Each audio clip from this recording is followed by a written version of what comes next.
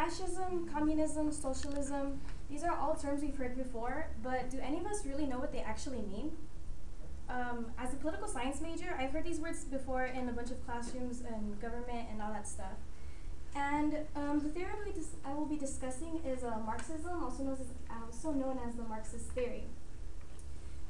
This was first developed by Karl Marx and Friedrich Engels in the 1800s, and as college students, we should be aware of what these terms mean, because they still affect us around the world and in our own colleges.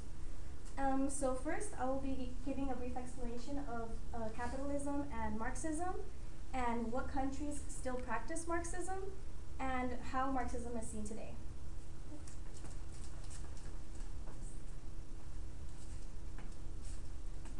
So, in order to explain Marxism, I need to explain what capitalism is.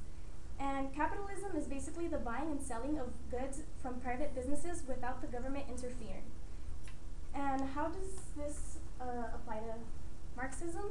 Well, basically, Karl Marx and Friedrich Engels felt that the higher social classes, the richer classes, were not the majority, so why should they be the ruling class?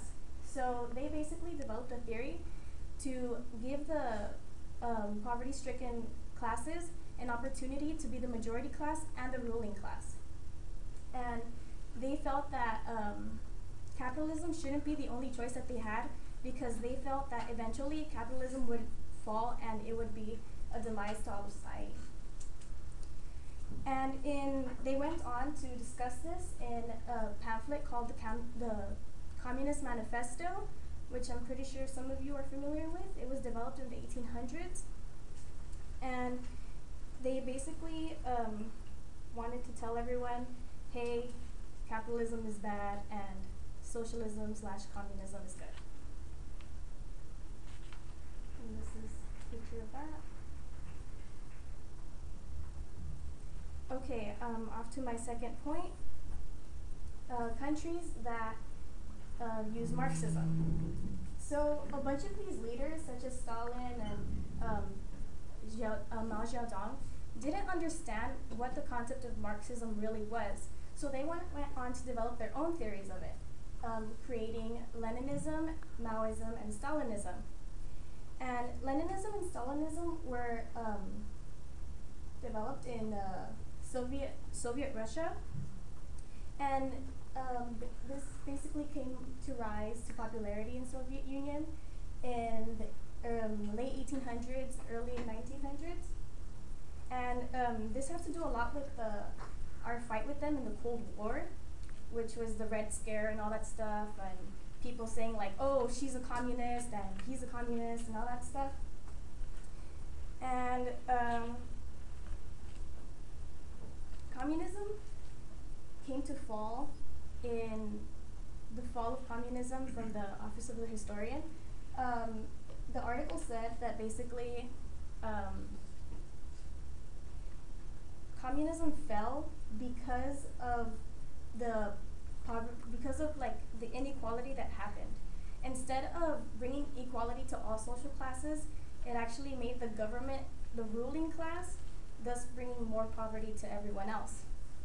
So with the fall of the Berlin Wall in 1989 came the fall of communism in 1990, making Russia now a capitalist state, which they're still trying to learn, but they're getting there.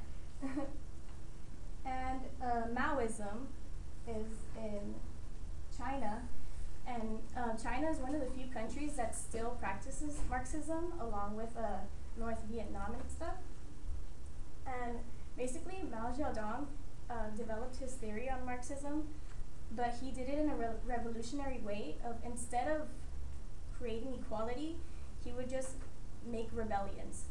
They would just rebel everywhere, and he would just oppress the people of China.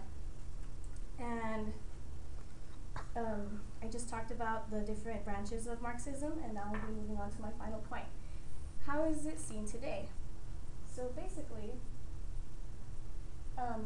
here in our college campuses, according to the New York Times, in the trends of Marxism, college students are the people that practice Marxism the most. And that is because since we're starting to make that transition into society, we start learning new things and we start developing our own thoughts about how it works, especially since we're finally going into work and paying our college tuition and stuff like that. So the U.S. colleges are basically college students are basically the people that practice Marxism the most, but they just kind of hide it from everyone so no one would look at them in a bad light. And Marxism is seen as a good thing in North Vietnam, mostly from their government. They actually, in a LA Times article called North Vietnam endorsing college students, basically they're saying that if you get a college degree in Marxism, they'll pay for your whole college tuition. You'll just get a free ride all through college. But the students don't see it as a good thing because of how unpopular it is, and because if you have a degree in Marxism, you basically don't have a job anywhere because it's just a theory and it's not really anything that you could do with to work as. I just talked about how Marxism is seen in the real world, and now I'm going off to my conclusions. So basically, the Marxist theory was developed to fight against the higher social classes and bring some sort of equality around the world. And I talked about the Marxist theory and capitalist theory, countries that practiced it, and how it is seen today in our colleges. And I hope this was able to inform you a little bit about what's going on because our colleges are the ones that get affected the most. Thank you.